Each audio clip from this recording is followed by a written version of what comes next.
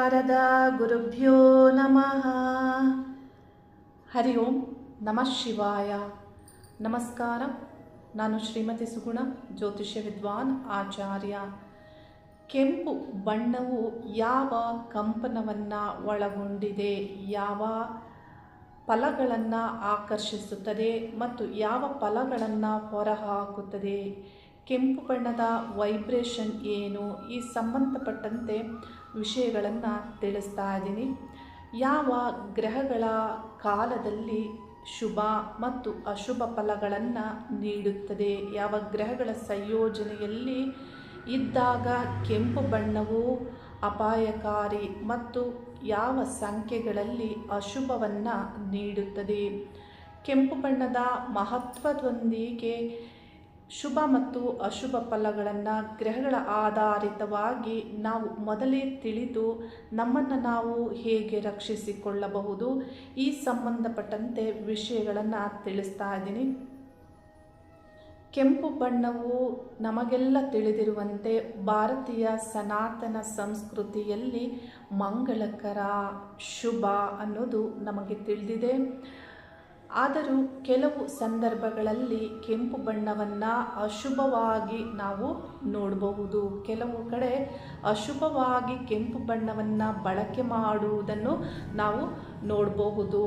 ಕೆಂಪು ಬಣ್ಣವನ್ನು ಮಂಗಳ ಕಾರ್ಯಗಳಲ್ಲಿ, ಯಾವುದೇ ಶುಭ ಕಾರ್ಯಗಳಲ್ಲಿ ವಿಶೇಷವಾಗಿ ಸ್ತ್ರೀಯರು ಧರಿಸುತ್ತಾರೆ. ಯಾಕೆ? ಕೆಂಪು ಬಣ್ಣದಿಂದ ಮಂಗಳ ಕಾರ್ಯಗಳಿಗೆ ಸಿಗುವಂತಹ ಕಂಪನವು ಏನು, ಯಾವ ಶುಭ ಫಲಗಳು ದೊರೆಯುತ್ತದೆ. ಒಬ್ಬ ವ್ಯಕ್ತಿ ಆಗ್ಬೋದು ಅಥವಾ ಸ್ತ್ರೀಯರು ಕೆಂಪು ಬಣ್ಣವನ್ನು ಧಾರಣೆ ಮಾಡೋದ್ರಿಂದ, ವಿಶೇಷವಾಗಿ ವಿವಾಹ ಕಾರ್ಯಗಳಲ್ಲಿ ಸ್ತ್ರೀಯರು ಕೆಂಪು ಬಣ್ಣದ ವಸ್ತ್ರಗಳನ್ನು ಧರಿಸ್ತಾರೆ. ಈ ರೀತಿ ವಸ್ತ್ರಧಾರಣೆಯಿಂದ ಅವರಲ್ಲಿ ಉತ್ಸಾಹ ಹೆಚ್ಚಾಗುತ್ತೆ, ಧೈರ್ಯ ಹೆಚ್ಚಾಗುತ್ತೆ, ಚೈತನ್ಯ ಶಕ್ತಿಯು ಹೆಚ್ಚಾಗುತ್ತೆ. ಹಾಗಾಗಿ ಸ್ತ್ರೀಯರು ಕೆಂಪು ಬಣ್ಣದ ವಸ್ತ್ರವನ್ನು ಧಾರಣೆ ಮಾಡ್ತಾರೆ. ಮನೋಶಾಸ್ತ್ರದ ಪ್ರಕಾರವಾಗಿ ಕೆಂಪು ಬಣ್ಣದ ವಸ್ತ್ರವನ್ನು ಧಾರಣೆ ಮಾಡಿದಂತಹ ಸ್ತ್ರೀಯರು ಹೆಚ್ಚು ಪುರುಷರನ್ನು ಆಕರ್ಷಿಸುತ್ತಾರೆ ಅನ್ನೋದು ತಿಳಿದು ಬಂದಿದೆ. ಕೆಂಪು ಬಣ್ಣಕ್ಕೆ ಕಾಮ ಆಸಕ್ತಿಯನ್ನು ಹೆಚ್ಚಿಸುವಂತಹ ಕಂಪನವೂ ಇದೆ. ಹಾಗಾಗಿ ನಾವು ಅಲ್ಲಲ್ಲಿ ನಾವು ನೋಡಿರ್ತೇವೆ, ಕೇಳಿರ್ತೇವೆ, ಕಾಮ ಚಟುವಟಿಕೆಗಳಲ್ಲಿ ತೊಡಗಿಕೊಳ್ಳುವಂತಹ ಪುರುಷರಾಗ್ಬೋದು, ಸ್ತ್ರೀಯರಾಗ್ಬೋದು ರೆಡ್ ಲೈಟ್ ಏರಿಯಾ ಅನ್ನೋದನ್ನು ನಾವು ಕೇಳಿರ್ತೇವೆ. ಇದೇ ಕಾರಣಕ್ಕೆ ಇಂತಹ ಒಂದು ಹೆಸರಿಸಲಾಗಿದೆ. ಈ ಬಣ್ಣವು ಯಾವ ರೀತಿ ಅಪಾಯವನ್ನು ನೀಡುತ್ತದೆ? ನಮಗೆಲ್ಲ ತಿಳಿದಿದೆ, ಕೆಂಪು ಬಣ್ಣವು ಡೇಂಜರ್ ಅನ್ನುವಂತಹ ಒಂದು ಸಿಂಬಲ್ ಬೋರ್ಡ್ಗಳನ್ನು ನಾವು ಅಲ್ಲಲ್ಲಿ ನಾವು ನೋಡ್ತೇವೆ. ಮತ್ತು ರೋಡ್ನಲ್ಲಿ ಯಾವುದೇ ಒಂದು ಎಮರ್ಜೆನ್ಸಿ ಇದ್ದಾಗ ವಾಹನವು ತುಂಬ ಫಾಸ್ಟಾಗಿ ಹೋಗುವಾಗ ನಾವು ನೋಡ್ಬೋದು, ಕೆಂಪು ರೆಡ್ ಬಲ್ಬ್ ಬ್ಲಿಂಕ್ ಆಗ್ತಾ ಇರುತ್ತೆ. ಅಂದರೆ ಇಂತಹ ಒಂದು ಅರ್ಜೆಂಟ್, ಇಂತಹ ಒಂದು ಎಮರ್ಜೆನ್ಸಿಯಲ್ಲೂ ಅಥವಾ ಡೇಂಜರ್ನಲ್ಲೂ ಈ ಕೆಂಪು ಬಣ್ಣವನ್ನು ನಾವು ನೋಡ್ಬೋದು. ಕೆಂಪು ಬಣ್ಣದ ವಸ್ತ್ರವನ್ನು ಅಥವಾ ಯಾವುದೇ ವಸ್ತುಗಳನ್ನು ಧಾರಣೆ ಮಾಡಿದರೆ ಒಬ್ಬ ಮನುಷ್ಯನಲ್ಲಿ ಯಾವ ರೀತಿ ಅಶುಭ ಫಲಗಳು, ಅಂದರೆ ಯಾವ ಒಂದು ನೆಗೆಟಿವಿಟಿಯ ವೈಬ್ರೇಷನ್ ಅವರಲ್ಲಿ ಕ್ರಿಯೇಟ್ ಆಗುತ್ತೆ ಅನ್ನೋದನ್ನು ನಾವು ತಿಳಿಬಹುದು. ಅಂದರೆ ಅವರಲ್ಲಿ ಭಾವಾವೇಶ ಹೆಚ್ಚಾಗುತ್ತೆ, ಕೋಪ ಹೆಚ್ಚಾಗುತ್ತೆ, ವಿಪರೀತ ಧೈರ್ಯವು ಅವರಲ್ಲಿ ಬರುತ್ತೆ ಅನ್ನೋದನ್ನು ನಾವು ಕೆಲವರಲ್ಲಿ ನಾವು ನೋಡ್ಬೋದು. ಇಂತಹ ಒಂದು ಕಂಪನವು ಅವರಲ್ಲಿ ಹೆಚ್ಚಾದಾಗ ಇದು ಯಾವುದೇ ಒಂದು ಭಾವಾವೇಶದಿಂದ ಇದು ಕೆಟ್ಟದ್ದಾಗಿಯೂ ಫಲವನ್ನು ನೀಡಬಹುದು. ಕೆಲವು ರಾಷ್ಟ್ರಗಳಲ್ಲಿ ಕೆಂಪು ಬಣ್ಣವನ್ನು ತ್ಯಾಗದ ಒಂದು ಸಂಕೇತ ಅನ್ನಲಾಗಿದೆ. ಅಂದರೆ ಈ ಒಂದು ಬಣ್ಣವನ್ನು ಪ್ರೇಮದ ಸಂಕೇತವಾಗಿ ಅವರು ಹೇಳೋದ್ರಿಂದ ಇದು ಪ್ರೇಮ ಅನ್ನುವಂತಹ ವಿಷಯದಲ್ಲಿ ತ್ಯಾಗದ ಸಂಕೇತವಾಗಿ ನಾವು ನೋಡಿರ್ಬೋದು. ರೆಡ್ ರೋಸಸ್ ಕೊಡುವಂಥದ್ದು, ರೆಡ್ ಸಿಂಬಲ್, ಹಾರ್ಟ್ ಸಿಂಬಲ್ ಹಾಕುವಂಥದ್ದು, ಈ ರೀತಿ ಪ್ರೇಮದ ಸಂಕೇತವಾಗಿಯೂ ಈ ಬಣ್ಣವು ಜಗತ್ತಿನಲ್ಲಿ ಇದೆ. ಭಾರತದ ಸಂಸ್ಕೃತಿ, ಸನಾತನ ಸಂಸ್ಕೃತಿಯಲ್ಲಿ ಪ್ರತಿಯೊಬ್ಬ ವ್ಯಕ್ತಿಯು ಕುಂಕುಮವನ್ನು ಬಿಂದು ಆಕೃತಿಯಲ್ಲಿ ಕೆಂಪು ಕುಂಕುಮವನ್ನು ಹಣೆಗೆ ಇಟ್ಕೊಳ್ತಾರೆ. ತಿಲಕವನ್ನು ಇಟ್ಟುಕೊಳ್ಳಲಾಗುತ್ತೆ. ದೇವಿ ಜಗನ್ಮಾತೆಯ ಬಣ್ಣ ಅಂದರೆ ಶಕ್ತಿಯ ಬಣ್ಣವು ಕೆಂಪು ಆಗಿದೆ. ದೇವಿ ಜಗನ್ಮಾತೆಗೆ ಕೆಂಪು ಬಣ್ಣವು ಪ್ರಿಯವಾದದ್ದು. ನಾವೆಲ್ಲರೂ ಕೆಂಪು ಕುಂಕುಮವನ್ನು ಇಟ್ಕೊಳ್ತೇವೆ, ಆದರೆ ಕೆಂಪು ವಸ್ತ್ರವನ್ನು ಸಂಪೂರ್ಣವಾಗಿ ನಾವು ಧಾರಣೆ ಮಾಡಿದಾಗ ಯಾಕೆ ಅಶುಭವಾಗುತ್ತೆ ನೋಡಿ. ಸಂಪೂರ್ಣವಾಗಿ ಧಾರಣೆ ಮಾಡೋದಕ್ಕೂ ಒಂದಿಷ್ಟು ಧಾರಣೆ ಮಾಡೋದಕ್ಕೂ ಬಹಳಷ್ಟು ವ್ಯತ್ಯಾಸ ಇದೆ. ಕುಂಕುಮವನ್ನು ಧಾರಣೆ ಮಾಡೋದ್ರಿಂದ ನಮಗೆ ವಿಶೇಷವಾದಂತಹ ಧೈರ್ಯ, ರಕ್ಷೆ ಮತ್ತು ಶಕ್ತಿಯನ್ನು, ಚೈತನ್ಯವನ್ನು ನಮ್ಮಲ್ಲಿ ಹೆಚ್ಚಿಸಲು ಕಾರಣವಾಗುತ್ತೆ. ಆದರೆ ಸಂಪೂರ್ಣವಾಗಿ ವಸ್ತ್ರವನ್ನು ನಾವು ಧಾರಣೆ ಮಾಡುವಾಗ ಕೆಂಪು ಬಣ್ಣವು ಯಾವ ಕಾಲದಲ್ಲಿ ನಮಗೆ ಅಶುಭವನ್ನು ನೀಡಬಹುದು ಅನ್ನೋದು ನಮಗೆ ತಿಳಿದಿರಬೇಕಾಗುತ್ತೆ. ಸೂಕ್ಷ್ಮವಾಗಿ ನಾವು ಗಮನಿಸಿದಾಗ ಇಂತೆಲ್ಲ ವಿಷಯಗಳು ತಿಳಿಯುತ್ತೆ. ಯಾವುದೇ ಒಂದು ವಸ್ತುವನ್ನು, ಅಂದರೆ ಕೆಂಪು ಬಣ್ಣದಾಗ್ಬೋದು ಅಥವಾ ಯಾವುದೇ ಬಣ್ಣದಾಗ್ಬೋದು, ಈ ವಸ್ತುವನ್ನು, ಈ ಬಣ್ಣದ ವಸ್ತುವನ್ನು ಧಾರಣೆ ಮಾಡೋದ್ರಿಂದ ನಿಮಗೆ ಶುಭವಾಗುತ್ತೆ ಅನ್ನೋದನ್ನು ನಾವು ಅದರ ಒಂದು ಇಷ್ಟೇ ಕ್ಯಾರೆಟ್ ರತ್ನವನ್ನು ಧರಿಸಬೇಕು, ಇಷ್ಟೇ ಧರಿಸಬೇಕು ಅನ್ನುವಂತಹ ಒಂದು ಅಳತೆಯಲ್ಲಿ ಅವರಿಗೆ ಸೂಚನೆಗಳನ್ನು ಕೊಡ್ತೇವೆ. ಅಂದರೆ ಯಾವುದು ವಿಪರೀತವಾಗಿ ಮಾಡಬಾರದು. ಅಂದರೆ ಕುಂಕುಮವನ್ನು ನಾವು ಒಂದಿಷ್ಟು ಧಾರಣೆ ಮಾಡೋದ್ರಿಂದ ಅದರಿಂದ ಪ್ರತಿ ವ್ಯಕ್ತಿಗೂ ನಿತ್ಯಲೂ ಶುಭ ಫಲಗಳು ಸಿಗುತ್ತೆ. ಆದರೆ ನಾವು ಕೆಂಪು ವಸ್ತ್ರವನ್ನು ನಮ್ಮ ಸಂಪೂರ್ಣ ದೇಹಕ್ಕೆ ನಾವು ಧರಿಸುವಾಗ ಬಹಳಷ್ಟು ಹೆಚ್ಚಿನ ವಿಷಯದಲ್ಲಿ ಕೆಲವು ಸಂದರ್ಭದಲ್ಲಿ ಶುಭ ಆಗ್ಬೋದು, ಕೆಲವು ಸಂದರ್ಭದಲ್ಲಿ ಅಶುಭ ಆಗ್ಬೋದು. ಅಂದರೆ ವಿಪರೀತ ಕೋಪತತ್ವ ನಿಮ್ಮಲ್ಲಿ ಉತ್ಪತ್ತಿ ಆಗ್ಬೋದು. ಶಾಂತವಾಗಿ ಇರುವಂತಹ ಅಥವಾ ಶುಭ ಕಾರ್ಯಗಳಲ್ಲಿ ಸಂತೋಷವಾಗಿರುವಂತಹ ಒಂದು ಸಂದರ್ಭದಲ್ಲಿ ಆ ಬಣ್ಣಕ್ಕೆ ಸರಿ ಹೊಂದುವಂತಹ ಭುಕ್ತಿ ಕಾಲವು ನಿಮಗೆ ನಡೆಯುತ್ತಿದ್ದರೆ ಆ ಬಣ್ಣವು ಶುಭವನ್ನು ನೀಡಬಹುದು. ಕೆಂಪು ಬಣ್ಣದ ವಿರುದ್ಧವಾದಂತಹ ಒಂದು ಗ್ರಹಗಳ ಭುಕ್ತಿ ಕಾಲವು ನಿಮಗೆ ನಡೀತಾ ಇದ್ದರೆ ಅಶುಭವನ್ನು ನೀಡಬಹುದು. ನಾನು ಒಂದು ಜಾತಕವನ್ನು ಉದಾಹರಣೆಯಾಗಿ ನಿಮಗೆ ತಿಳಿಸ್ತಾ ಇದ್ದೇನೆ. ಕೆಂಪು ಬಣ್ಣ ಯಾವ ರೀತಿ ಅದರ ಒಂದು ವೈಬ್ರೇಷನ್ನ ಈ ಒಂದು ಜಾತಕದಲ್ಲಿ ಮಾಡಿದೆ ಅನ್ನೋದನ್ನು ನಾನು ಅರ್ಥೈಸ್ತಾ ಇದ್ದೇನೆ. 21/8/2014 ಈ ಒಂದು ವರ್ಷದಲ್ಲಿ, ಈ ದಿನಾಂಕ ಮಾಸದಲ್ಲಿ ಒಂದು ಗಂಡು ಮಗು ಜನನ ಆಗಿದೆ ಮತ್ತು 5:24 PM ಈ ಸಮಯಕ್ಕೆ ಜನನ ಆಗಿದೆ. ಜನ್ಮಕಾಲದಲ್ಲಿ ಮಕರ ಲಗ್ನವು ಇದ್ದು, ಮಕರ ಲಗ್ನದ ಲಗ್ನಾಧಿಪತಿಯ ಸಂಬಂಧಪಟ್ಟಂತೆ ಮತ್ತು ಕುಜಗ್ರಹದ ಸಂಬಂಧಪಟ್ಟಂತೆ, ಅಂದರೆ ಈ ಎರಡೂ ಗ್ರಹಗಳು ಎರಡು ಗ್ರೂಪಿನ ಗ್ರಹಗಳಾಗಿರೋದ್ರಿಂದ, ವಿರುದ್ಧವಾದಂತಹ ಶತ್ರುತ್ವ ಇರುವಂತಹ ಗ್ರಹಗಳು ಆಗಿರೋದ್ರಿಂದ ಈ ಗ್ರಹಗಳ ಪ್ರಭಾವ ಹೇಗೆ ಆಗಿದೆ ಅನ್ನೋದನ್ನು ನಾನು ತಿಳಿಸ್ತಾ ಇದ್ದೇನೆ. ಕುಜಗ್ರಹನು ನಾನು ಈಗಾಗಲೇ ಒಂದು ವಿಡಿಯೋದಲ್ಲಿ ನಿಮಗೆ ತಿಳಿಸಿದ್ದೆ.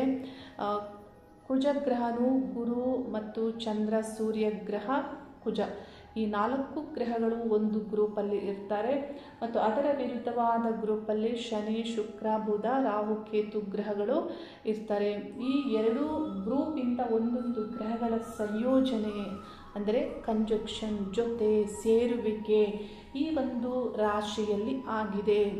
ಅಂದರೆ ಈ ಮಗುವಿನದು ಮಕರ ಲಗ್ನ ಆಗಿ ಕುಜಗ್ರಹನು ದಶಮ ಸ್ಥಾನದಲ್ಲಿ, ಅಂದರೆ ದಶಮ ಸ್ಥಾನದಲ್ಲಿ ಕುಜಗ್ರಹ ದಿಗ್ಬಲವನ್ನು ಪಡೆದುಕೊಳ್ತಾರೆ. ಅದೇ ರೀತಿ ಲಗ್ನಾಧಿಪತಿಯಾದಂತಹ ಶನಿಗ್ರಹವು ಆ ಸ್ಥಾನದಲ್ಲಿ ಉಚ್ಚ ಬಲವನ್ನು ಪಡೆದುಕೊಳ್ತಾರೆ.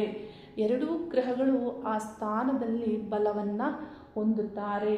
ಮತ್ತು ಮಕರ ಲಗ್ನಕ್ಕೆ ಕುಜಗ್ರಹನು ಚರಲಗ್ನ ಆಗಿರೋದ್ರಿಂದ 11ನೇ ಸ್ಥಾನಾಧಿಪತಿಯಾಗಿ ಕುಜನು ಬಾಧಕ ಸ್ಥಾನಾಧಿಪತಿಯು ಆಗಿರೋದ್ರಿಂದ ಅಲ್ಲಿ ಬಾಧೆಯನ್ನು ನೀಡುವಂತಹ ಗ್ರಹವೂ ಆಗಿ, ಲಗ್ನಾಧಿಪತಿ, ಲಗ್ನ ಅಂದರೆ ನಾವು ದೇಹ ಅಂತ ತಿಳಿಬೇಕು. ಇಲ್ಲಿ ದೇಹ ಸ್ಥಾನಾಧಿಪತಿಯಾದಂತಹ ಶನಿ ಗ್ರಹಕ್ಕೆ ಕುಜನ ಸಂಬಂಧ ಬಂದಾಗ ಯಾವ ರೀತಿ ಪ್ರಭಾವ ಆಗಬಹುದು? ಈ ಗ್ರಹಗಳ ಸಂಯೋಜನೆಯು ಯಾರದೇ ಜಾತಕದಲ್ಲಿ ಇದ್ದರೂ ಕೆಲವೇ ಕೆಲವು ವಿಷಯಗಳಲ್ಲಿ ಶುಭ ಆದರೂ ಕೆಲವು ವಿಷಯಗಳಲ್ಲಿ ಅಶುಭ ಫಲವನ್ನು ಹೆಚ್ಚಾಗಿ ಪಡೆದುಕೊಳ್ತಾರೆ. ಅಂದರೆ ಯಾವ ರೀತಿ ಈ ಗ್ರಹಗಳ ಪ್ರಭಾವ, ಈ ಗ್ರಹಗಳ ಕಾರಕತ್ವದಂತೆ ಯಾವ ಅಪಾಯಗಳನ್ನು ಇವರು ಅನುಭವಿಸಬೇಕಾಗುತ್ತೆ. ಕುಜಗ್ರಹನು ರಕ್ತಗ್ರಹ, ಅಗ್ನಿಗ್ರಹ, ಕೆಂಪು ಗ್ರಹ, ಗಾಯಗಳನ್ನು, ಸರ್ಜರಿಗಳನ್ನು, ವಿದ್ಯುತ್ತಿಂದ, ಸ್ಫೋಟಕ ವಸ್ತುಗಳಿಂದ ಈ ರೀತಿ ಆಗುವಂತಹ ಸಮಸ್ಯೆಗಳನ್ನು ನೀಡುವಂತಹ ಗ್ರಹವು ಕುಜಗ್ರಹ ಆಗಿ, ಶನಿಗ್ರಹ ದೇಹ ಸ್ಥಾನಾಧಿಪತಿಯಾದಂತಹ ಶನಿಗ್ರಹದ ಸಂಬಂಧವನ್ನು ಪಡೆದುಕೊಂಡಿರೋದ್ರಿಂದ ಈ ಸಂಬಂಧಿತವಾಗಿ ಅವರಿಗೆ ಸಮಸ್ಯೆಗಳು ಜೀವಿತ ಅವಧಿಯಲ್ಲಿ ಬರುತ್ತದೆ ಅನ್ನೋದನ್ನು ನಾವಿಲ್ಲಿ ತಿಳಿಬೇಕು. ಈ ಗ್ರಹಗಳು ಒಂದು ರಾಶಿಯಲ್ಲಿ 30 ಡಿಗ್ರಿ ಇರೋದ್ರಿಂದ ಆ ಡಿಗ್ರಿನಲ್ಲಿ ಏನಾದರೂ ಅಂತರ ಇದ್ದಾಗ ಹೆಚ್ಚು ಸಮಸ್ಯೆಗಳು ಆಗೋದಿಲ್ಲ.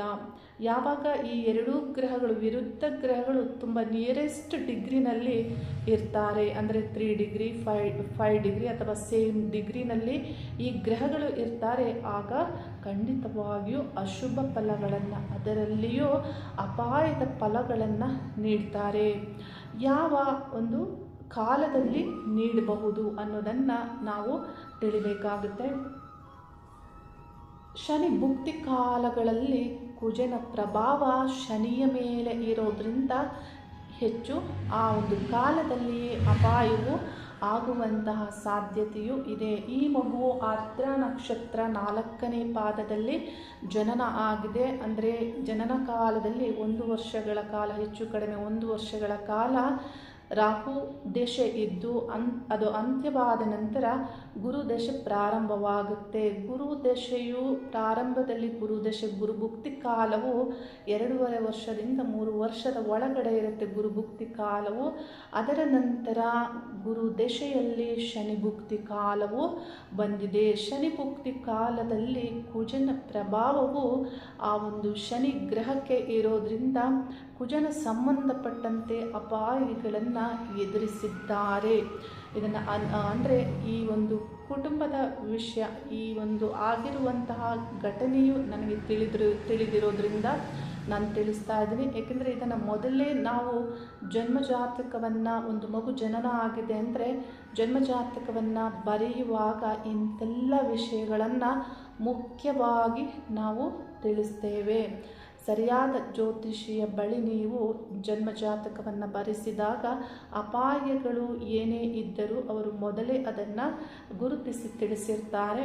ಇದರಂತೆ ಈ ಮಗುವಿಗೆ ಸುಮಾರು 2017-18ರಲ್ಲಿ ಈ ಮಗುವಿಗೆ ಈ ಗ್ರಹಗಳ ಒಂದು ಸಂಯೋಜನೆಯಿಂದ ಶನಿ ಭುಕ್ತಿ ಕಾಲದಲ್ಲಿ ಆದಂತಹ ಸಮಸ್ಯೆ ಏನು ಅಂದರೆ, ಆ ಹಾಲನ್ನು ಬಿಸಿ ಮಾಡಿ ಇಟ್ಟಿರುವಂತಹ ಹಾಲನ್ನು ಆ ಮಗು ಆ ಪಾತ್ರೆಯಿಂದ ಮಗುಚಿಕೊಳ್ಳುತ್ತೆ.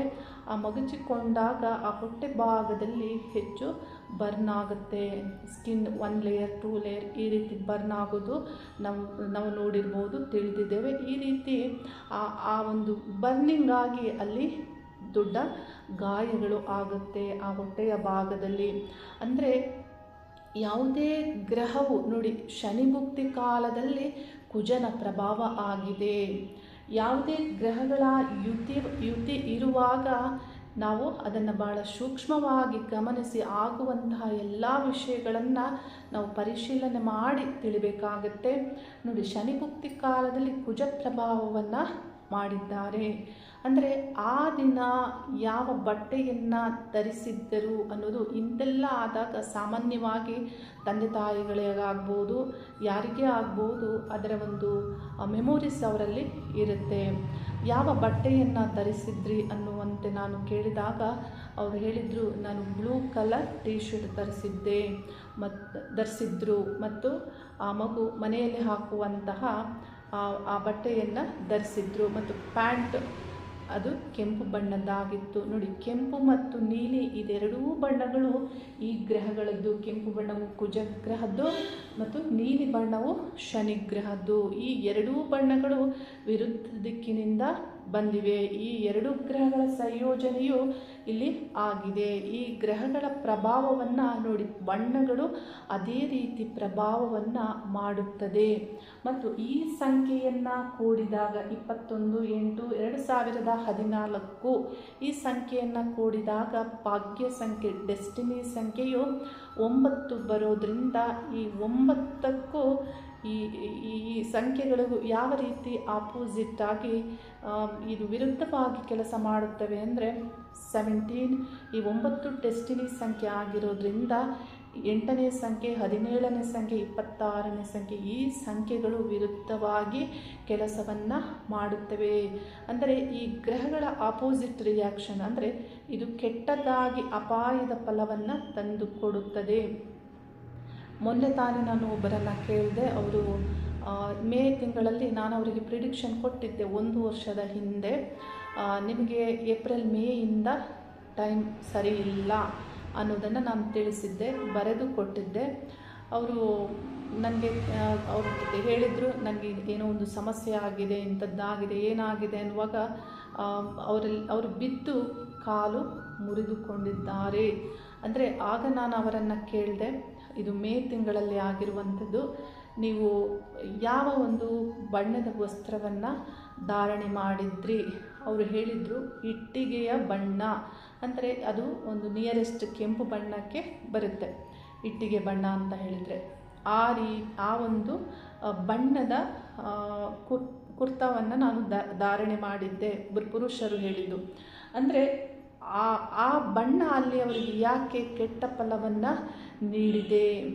ಅವರಿಗೂ ಏಪ್ರಿಲ್ನಿಂದ ಶನಿ ಭುಕ್ತಿ ಕಾಲವು ಪ್ರಾರಂಭ ಆಗಿತ್ತು ಮತ್ತು ಮೊದಲೇ ಇದರ ಬಗ್ಗೆ ನಾನು ಅವರಿಗೆ ತಿಳಿಸಿದ್ದೆ. ಇಂತಹ ಒಂದು ಅಶುಭ ಫಲಗಳು ನಿಮಗೆ ಸಿಗಬಹುದು, ಕುಟುಂಬದಲ್ಲಾಗ್ಬೋದು, ಸಮಾಜದಲ್ಲಿ ಆಗ್ಬೋದು, ಆರೋಗ್ಯದಲ್ಲಾಗ್ಬೋದು.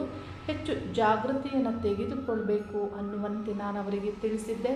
ಅದರ ಪ್ರಭಾವದಿಂದಾಗಿ ಅವರಿಗೆ ನೋಡಿ ಅದರ ಫಲ ಸಿಕ್ಕಿದೆ. ಆ ಬಣ್ಣವು ಅಲ್ಲಿ ಅದೇ ರೀತಿ ಕೆಲಸ ಮಾಡಿದೆ. ನಾನು ದಿನಾಂಕವನ್ನು ಕೇಳಲಿಲ್ಲ, ಆದರೂ ಈ ಬಣ್ಣಗಳು ಈ ರೀತಿ ಮನುಷ್ಯನ ಮೇಲೆ ಪ್ರಭಾವವನ್ನು ಮಾಡೋದನ್ನು ನಾವು ನೋಡ್ತಾ ಇದ್ದೇವೆ. ಭಾಳಷ್ಟು 10-15 ವರ್ಷಗಳಿಂದ ನಾನು ಇದರ ಒಂದು ಸೂಕ್ಷ್ಮವಾಗಿ ಗಮನಿಸುವಿಕೆಯನ್ನು ಜನರ ಮೇಲೆ ನಾನು ಮಾಡುತ್ತಾ ಬಂದಿರುವಂಥದ್ದು. ನನ್ನ ಒಂದು ಜೀವನದಲ್ಲಿ ಸುಮಾರು ನನಗೆ ಬುದ್ಧಿ ಬಂದಾಗಿಂದಲೂ ಈ ಬಣ್ಣಗಳ ಪ್ರಭಾವವನ್ನು ತಿಳಿಯುತ್ತಾ ಬಂದಿದ್ದೇನೆ. ಮತ್ತು ನನ್ನ ಅಕ್ಕಪಕ್ಕದಲ್ಲಿ ಇರುವವರಿಗೂ, ಬಂಧುಗಳಿಗೂ, ಸ್ನೇಹಿತರಿಗೂ ನಾನು ಇದರ ಒಂದು ಬಣ್ಣಗಳ ಸೂಕ್ಷ್ಮತೆಯನ್ನು ಗಮನಿಸುವುದನ್ನು ನಾನು ತಿಳಿಸ್ತೇನೆ. ನೀವು ಈ ಕೆಂಪು ಬಣ್ಣವನ್ನು ಧಾರಣೆ ಮಾಡುವಾಗ ಜಾಗೃತಿಯಾಗಿರಬೇಕು. ಕೆಂಪು ಬಣ್ಣವು ಒಳ್ಳೆಯದು. ಎಷ್ಟಕ್ಕೆ? ಅದು ಒಂದಿಷ್ಟು ಕುಂಕುಮವನ್ನು ಧರಿಸುವಂತೆ ಒಳ್ಳೆಯ ಫಲವನ್ನು ನಿತ್ಯಲೂ ನಮಗೆ ಅದು ನೀಡುತ್ತೆ.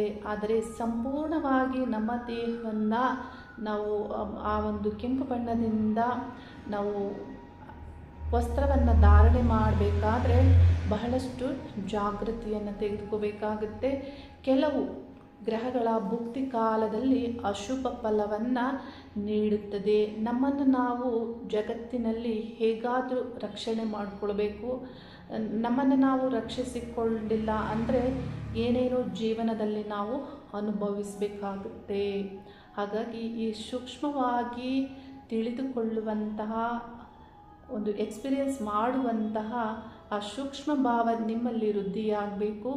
ಕೆಂಪು ಬಣ್ಣವನ್ನು ನಾನು ಎಲ್ಲ ಕಾಲದಲ್ಲಿ ಅಶುಭ ಅನ್ನೋದನ್ನು ನಿಮಗೆ ತಿಳಿಸ್ತಾ ಇಲ್ಲ. ನಾನು ನಿತ್ಯಲೂ ಕುಂಕುಮವನ್ನು ಧಾರಣೆ ಮಾಡ್ತೇನೆ. ಕುಂಕುಮ ಧಾರಣೆಯು ಜಯದ ಸಂಕೇತ. ದೇವಿ ಜಗನ್ಮಾತೆಯ ಬಣ್ಣವು ಕೆಂಪು ಆಗಿದೆ.